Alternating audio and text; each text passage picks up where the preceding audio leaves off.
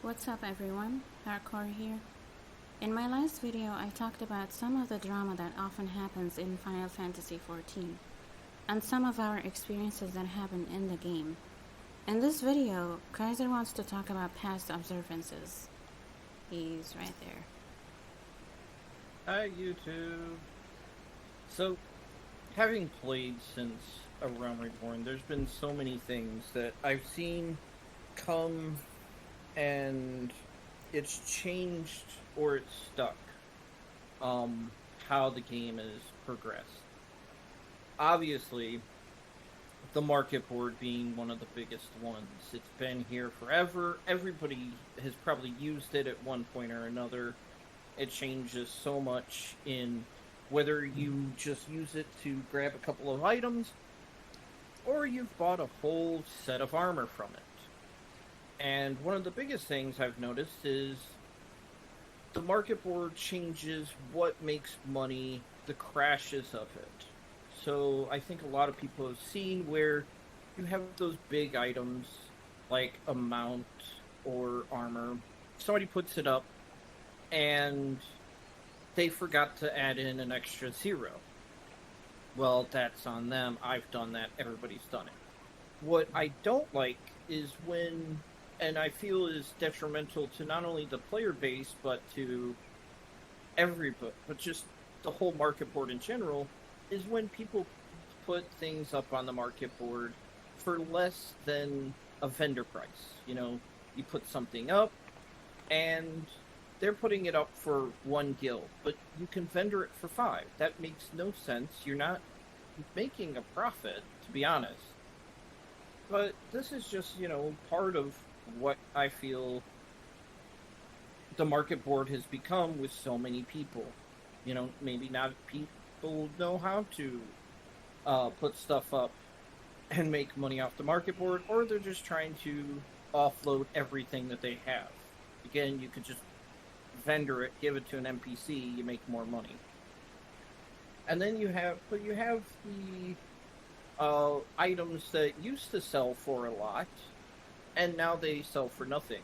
At one time, the best way to make money on the market board wasn't selling mats, or at least not the mats for most crafted gear. It was selling glamour prisms or selling the mats to make glamour prisms. I remember those things sold on the market board for 8 to 15 and on up. And that's thousands for gil, not just 8 gil each. No, 8,000 per for 1 glamour prism. And back in the day, that was huge. There were so many people trying to make money off it that the prices would fluctuate daily, weekly, but that's just how it should go. Not all of a sudden you have a huge crash in that market and it just stays like that. Sometimes it bounces back, depending on how the player base works, but otherwise it just stays the same. And that is just... Oh, go ahead. No, I was saying that sometimes I understand some people just want to sell stuff as quick as possible. Like, they put it for 1,000 and that's it, when it shouldn't be 1,000. Like, they can make a profit for some items they can sell, but they're just like, whatever. Yeah. I feel like there needs to be a base price that gets generalized among the player base of, if something sells for 5 gil, nobody drops it below 10 gil no matter what.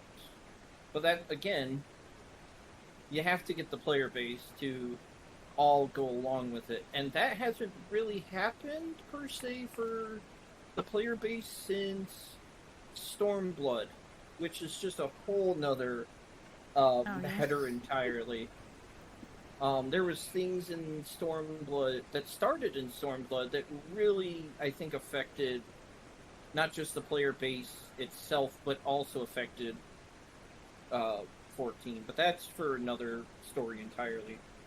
Another one is the hunt system.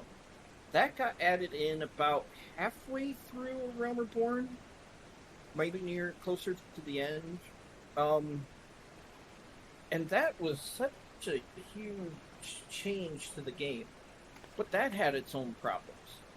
See, when it first came out, you had the dailies, you had the weeklies, you had the A ranks, the S ranks, all of that.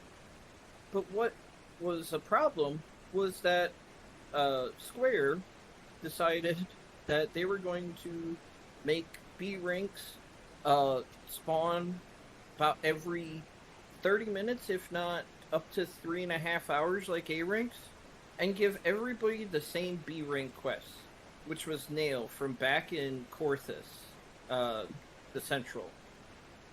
And so you had everybody scouring, and it was one person, even if you were on a team, one person, as far as I remember on that. But, you're talking about the train hunts and... Oh no, this wasn't just the train hunt. This was the B rank. This was the one that you have to get the weekly for, and then you have to go search for it. It was not on the 5-second interval until after this had happened. They had to implement that, the 5-second respawn for B ranks because of that. No, with the hunts, you had some good and you had some bad. And the bad has stuck around since. You have the good points and bad points, and the bad points are more of what have stuck around. So when it first started, everybody's trying to learn what the hunts are, trying to find the hunts. And the thing that stuck around the most for the bad with the hunts is the polls without the people.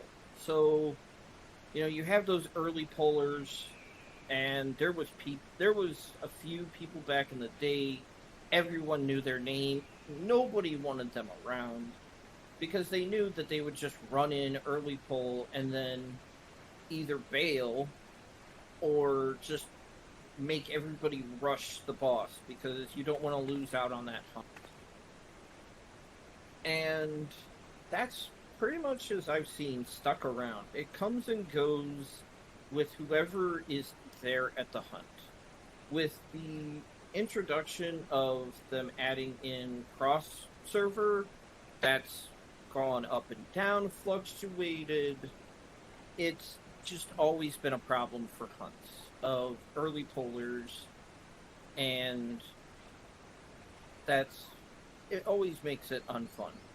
But the funny parts of the hunt sometimes comes from the most unusual things around, and I'm going to use the person's name because of how funny it was, but it's just one of those things you had to have been there to really get the full grasp of it. So on Coral, you would always have the people coming into a zone and they're saying, oh yeah, I'm here.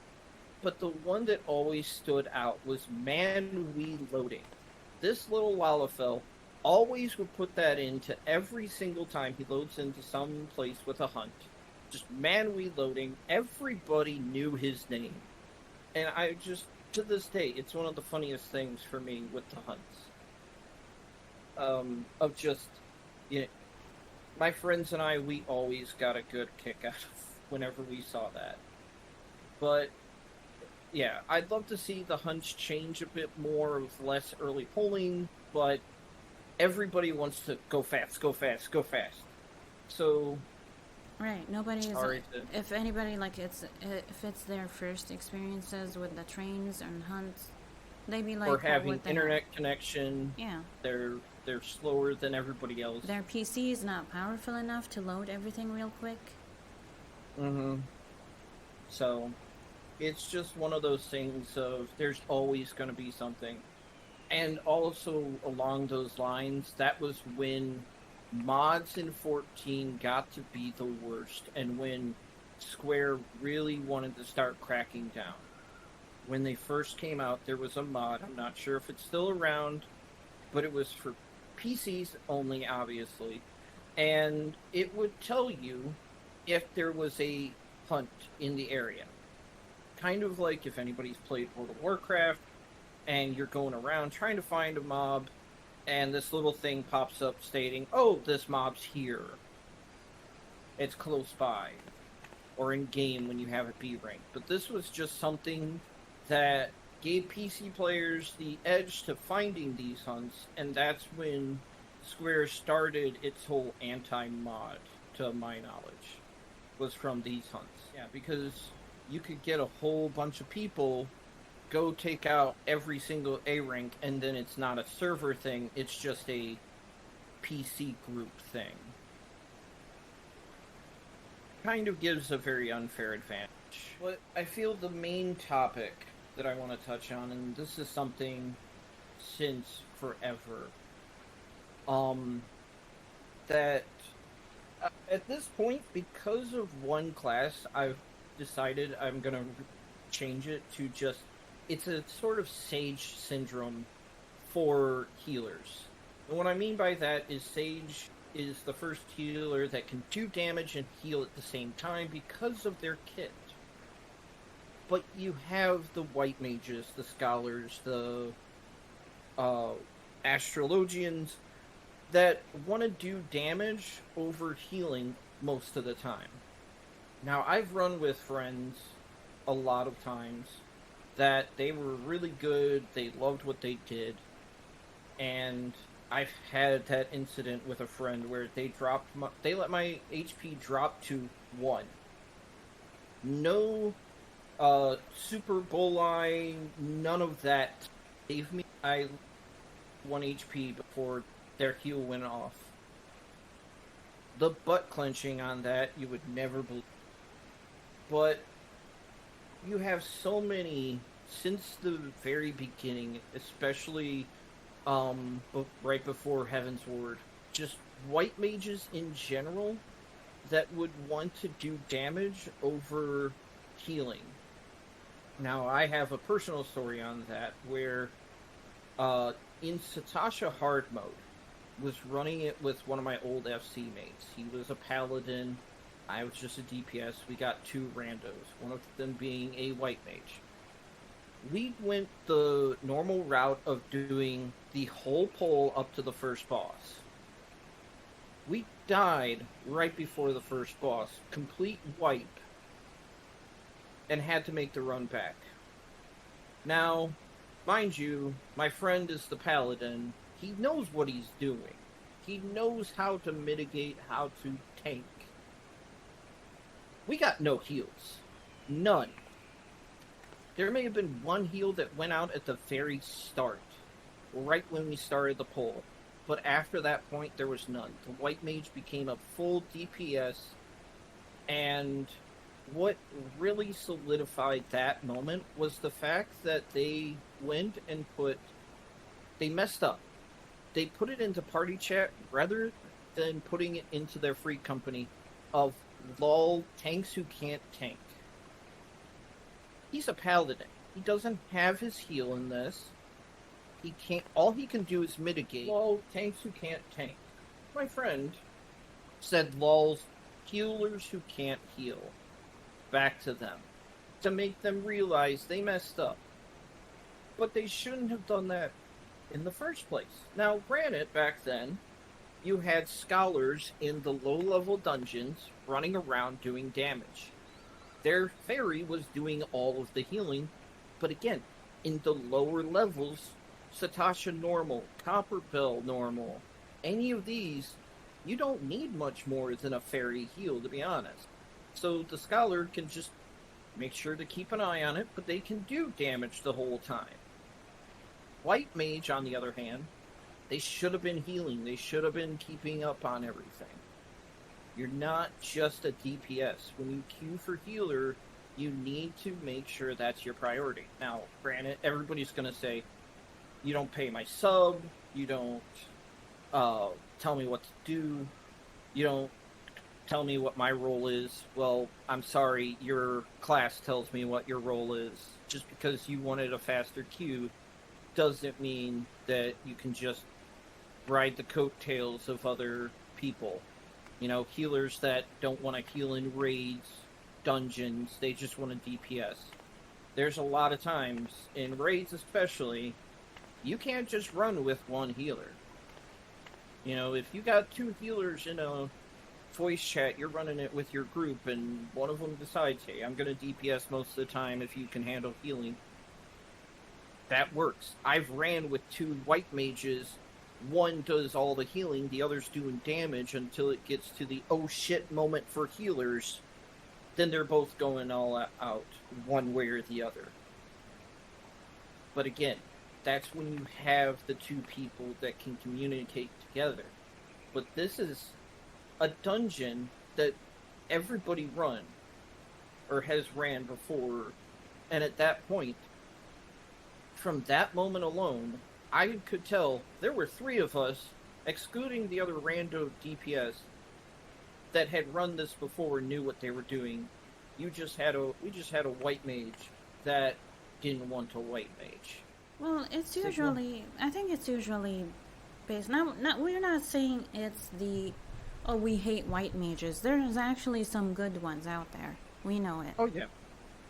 And I'm saying this, I'm a astrologian main. I played white mage to level 90. It's still like it's a chill healer. It's nothing really complicating with it. But we're not talking about classes or anything. It's usually that happens with white mages. Now, we're not saying we hate the class itself. The class is fine. It's just usually the people that play that specific class is what we're saying. Yeah. They want to DPS more. They want to make damage more. It's boring. I don't want to just heal you. I want to keep DPSing. I'm supposed to DPS as well. I'm not just a healer, but that's your job. You're a healer. You're supposed to heal. That's the actual class. Like, that's the job itself. You need to heal. Unfortunately, this is the holy trinity of roles. You have the tanks, the DPS, and the healers. The tanks, you're not really meant to be top of the DPS charts. If you are, that's awesome. Same for healers. If you get up too high in the DPS charts, that's really good, but are you forsaking your own role for doing it? You know, when 2 tanks go into a raid together, one of them is going to have to off-tank, and they both are going to have to swap, probably. They both know that going in. Sometimes, if I go in as a tank, I don't always want to be main tank. If I have to, yes, I'll main tank. But if I can go in as off-tank, I'll do that. But it just seems like, contrary to tanks, when healers go in, they're hoping... If they both are hoping that the other one's going to heal, they're both going to be letting the whole group down. It's the same thing with DPS checks. If, let's say, the other 4 don't really matter in that, it's the DPS. If one of the DPS is not pulling, the max that they could be doing, yes, they're going to be a problem. Again, the others just add to those things. But are you going to be looking to the healers all the time during a DPS check for not contributing to it if their main job is to make sure that while during that DPS check, if there's an AoE going out, people aren't dying? If they're constantly having to throw out heals over DPS, I think they're doing what they're supposed to be doing. Right, and that's the whole main point of the game. Now, let's not forget, this is an MMO. You have to respect people's time. You're queuing in dungeons or doing like duty or trial, whatever it is. You're taking the time to help other people. So if you're not actually doing the mechanics or what the game is intended to be, or how you do the things that you're doing, then you're not only wasting other people's time, but you're not doing what you're doing, so it's like a nuisance at that point. You can always love the game, but we have to respect everybody else's time within that game. It should be common knowledge, like, a lot of healers jump in because they want a shorter queue. So they will become healers so that way they can jump into incidences faster than other things. But then they come in with the mindset that they don't want to heal. Now, the crazy thing is when you come into bigger situations or bigger type of events, you'll come in, there'll be 2 tanks there'll be 4, DPS, and there'll be like the 2 healers. Now, it's very rare when you come across the actual tanks when they come in and be like, well, you come into a situation knowing you're going to tank. That's the whole premise of it.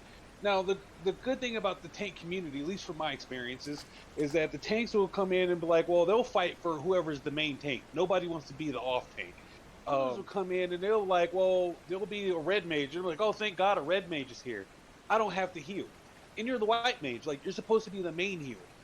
That's the thing that kind of gives like healers kind of like that weird symbiotic kind of like relationship. Like they're leeching, but then they don't want to do the job that their class is designed for. It's like, yeah, you're getting in faster because parties need healers. And you're getting in as a healer, so you can do damage. Yes, nobody's going to stop you from doing damage. But the thing is don't forget what your main role is. Because if a tank drops tank stance and like, I just want to be a DPS. I have a sword. I have a shield. Why can't I just smack stuff? And then you have an issue. The party can't move forward because they can't. They're not mitigating damage because they're not doing the job that they're designed to do. Just like with healers, if you're coming in as a healer, you should, I don't know, do your job and heal. But when there's an opportunity, then yeah, you can do some splash damage here and there. But then they come in and like, oh, thank goodness we have a gunbreaker. They can heal themselves. They can shield themselves. I don't have to do my job. And then all of a sudden they burn all their mana doing DPS. And then all of a sudden when it's just a tank buster that's around or a check that has to be around, then all of a sudden the party wipes because the healer thought that it could mana burst like a black mage. And that goes way outside of the job field that they're designed for. Yeah. It's the whole white mage is good in big pulls to run up, put dot heals on everybody, do holy spam. That is a normal thing. So many people do it. It's fine. It's when they don't stop the DPS and they continue and everyone else suffers for it. That's where I have the issue. And because, like I said at the beginning, because of Sage being added, I feel it's just Sage syndrome. All the other healers want to be a Sage. They want to be able to damage and heal at the same time. But sadly, they can't. That's just not in the cards for them. Right. The tanks and without the healers, a party will get nowhere. You take one or the other people out of a driver's seat for a dungeon, a raid, you're doomed. And that's the thing. Like the main interest is that everybody's coming in. That's the reason for the light party system in the first place. Back in the day when you play like older MMOs, I would say even Final Fantasy XI, World of Warcraft, there was no automatic, party making system. You would have to go. Yeah, you didn't have that. You would have message boards, or you have Discord, or there's like a party finder type of system looking online. For group in chat.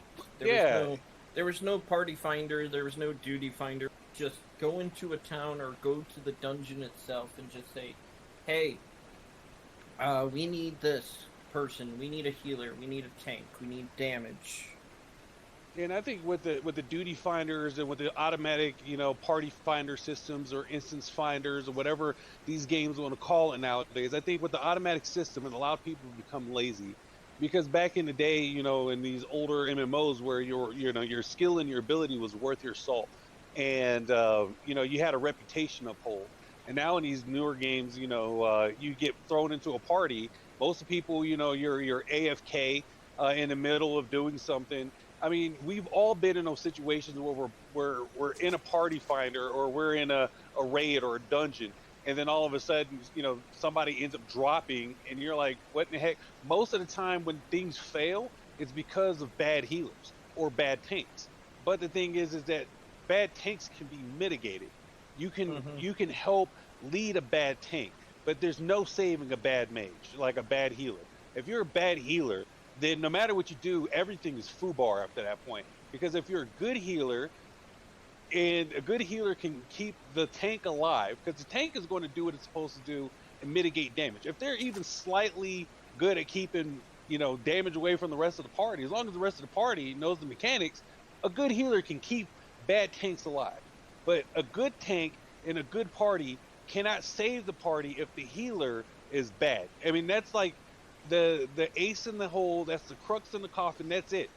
Everything rests on the ability of the healer. But if you're coming in as a healer, just know that you're going to be a healer. Yes, you can do damage, but that means that you don't forget what your main role is. Best way to end it, and this is something that if you've done the story, you would have seen it, is just look at the in-game NPCs for Ada.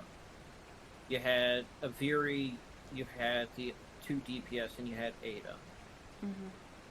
Aviri ran in like a headstrong tank, which is really bad, was not looking at anybody else, and you had a healer who was trying to keep up. If the healer was doing damage along with the party's gonna wipe. But, well, that's gonna be it. As always, if you like this video, make sure to like, comment, and subscribe. Also, I have a Twitch channel. I stream often during the week. I don't have a set schedule, so if you want to catch me live, make sure to follow me there. The link will be in the description. Also, the links for Kaiser's channel and Sigma will be in the description. Make sure to follow them as well. I'm gonna see you guys in the next video. Take care.